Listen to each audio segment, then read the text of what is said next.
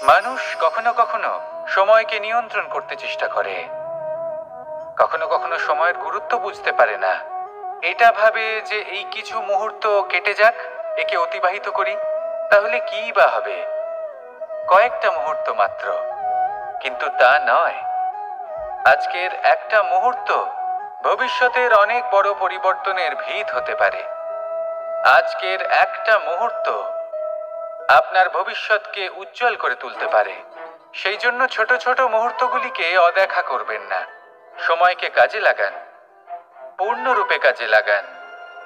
এবার যদি আপনি কাউকে সাহায্য করতে চান আর সেই কারণেই যদি থেমে থাকেন, তাহলে ঠিক আছে, কারণ আপনি কাউকে সাহায্য করে তার জীবনকে আরো ভালো করে তুলতে চাইছেন, আরো শ্রেষ্ঠ করতে চাইছেন।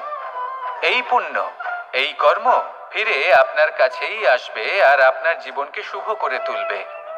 কিন্তু যদি আপনি আলস্যের কারণে থেমে থাকেন এবং কিছুই না করেন, সময় নষ্ট করেন, তাহলে কিন্তু একটাই ঘটনা ঘটবে, আপনার ভবিষ্যৎ বিপদগ্রস্ত হয়ে পড়বে, আর কিছুই নয়। সেই জন্য এটা বোঝা প্রয়োজন যে কখন থামতে হবে এবং কেন থামতে হবে। যদি আপনার থামার কারণ এবং সময় অনুচিত হয়ে থাকে, তাহলে আপনার ভবিষ্যৎ কখনোই উচিত হতে পারে না। সেই জন্য সময়কে সম্মান করুন আর পূর্ণ ব্যবহার করতে শিখুন। আর আমার সাথে ভালোবেসে বলুন, রাধা রাধা। জীবনে সবসময় সেটা হয় না যা আমরা চাই, তেমন ভাবে হয় না যেমন ভাবে আমরা চাই। এবার তাতে আমরা দুঃখ পাই, নিরাশ হয়ে পড়ি, ভাগ্যকে দোষ দিই অথবা অন্য কাউকে বা নিজেকে। কিন্তু সত্যটা কি, সেটা আমাদের জানতে হবে। এই সংসার নির্মিত হয়েছে পাহাড় দ্বারা এবং পাথর দ্বারা, তাই প্রত্যেক স্থানে ছোট ছোট ছোট ছোট নুড়ি পাথর তো অবশ্যই থাকবে। এগুলো এড়িয়ে যাওয়া সম্ভব নয়, আর এই কথাটা আমরা সকলে জানি। এবার এইভাবেই আমাদের জীবনে নানান রকমের সমস্যা লেগেই থাকে। এর হাত থেকে কোনোভাবেই নিস্তার পাওয়া সম্ভব নয়। একটা সমস্যা এড়াতে যান, দ্বিতীয় চলে আসবে, দ্বিতীয় সমস্যা এড়াতে যান, তৃতীয় চলে আসবে। কিন্তু সমস্যা জীবনে থাকবেই, আর আপনাকে সাহায্য করার জন্যই থাকবে কোনো না কোনো রূপে।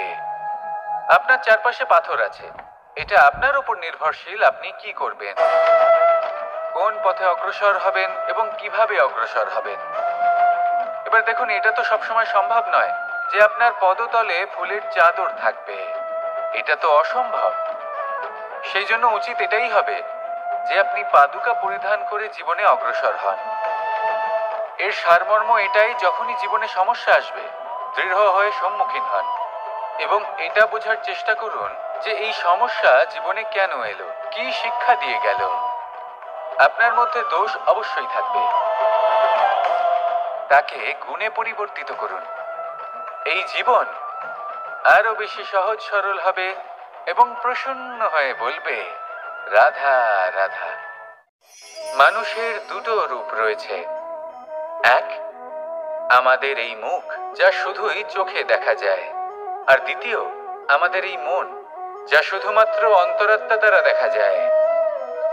এবার আমাদের এই মুখ তা ঈশ্বর সকলকেই আগে থেকেই প্রদান করেছেন, কিন্তু এই মন কেমন হবে তা আমাদের জীবনের অনুভূতি এবং আমাদের জীবনের লক্ষ্য এগুলি সুনিশ্চিত করে। অর্থাৎ নেত্র দিয়ে দেখা যায় আমাদের এই মুখ, তা শুধুই এই কারণে প্রয়োজন যাতে সংসার আমাদের দেখতে পায়, আমাদের চিনতে পারে।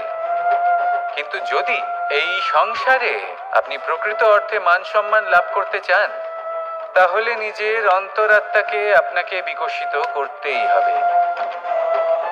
দেখুন, কথায় আছে এই যে অসুর, তা শারীরিকভাবে উপস্থিত নয়, তা মনের মধ্যে থাকে।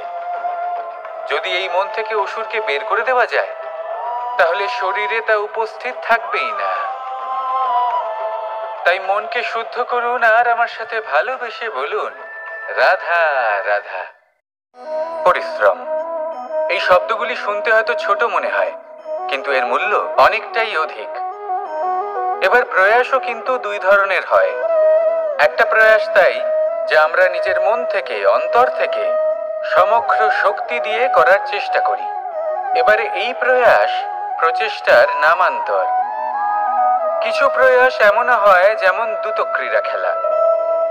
মানুষ বলেন, আজ একটু প্রয়াস করি, একটু দ্রুতক্রীড়া খেলেই দেখি, যদি বিজয়ী হই তবে ভালো ব্যাপার, যদি না হই তবে আর কখনো খেলবো না। এটাও কিন্তু প্রয়াস, কিন্তু এই প্রয়াস পরিশ্রম নয়।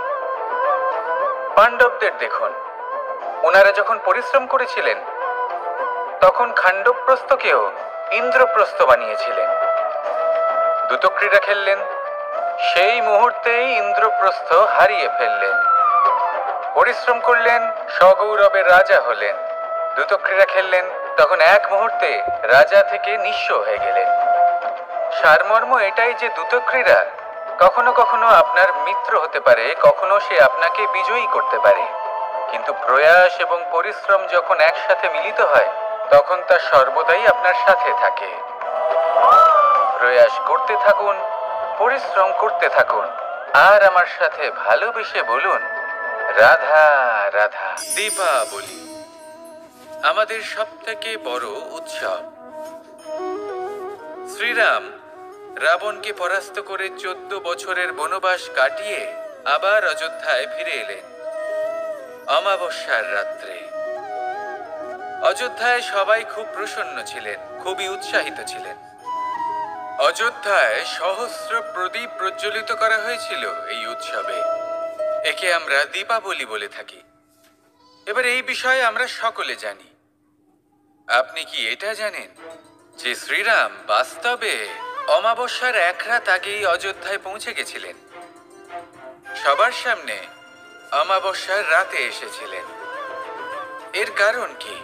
শ্রীরাম প্রমাণ করতে চেয়েছিলেন যে যে কোনো সময়, দিন হোক বা রাত, শুভ বা অশুভ হয় না। শুভ অশুভ কিছু থাকলে তা হলো মানুষের চিন্তা, তার ভাবনা, তার নির্বাচন আর তার কর্ম।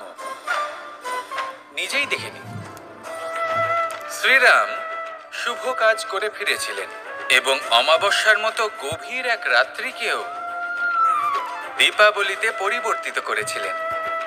এমনটাই যদি আমরা করতে পারি, তাহলে এমন কোনো গৃহে যান যেখানে অসহায় ব্যক্তি রয়েছেন, যা অন্ধকারাচ্ছন্ন, আর সেখানে প্রকাশ প্রজ্বলিত করুন। প্রকাশ সহায়তার, প্রেরণার, আশার।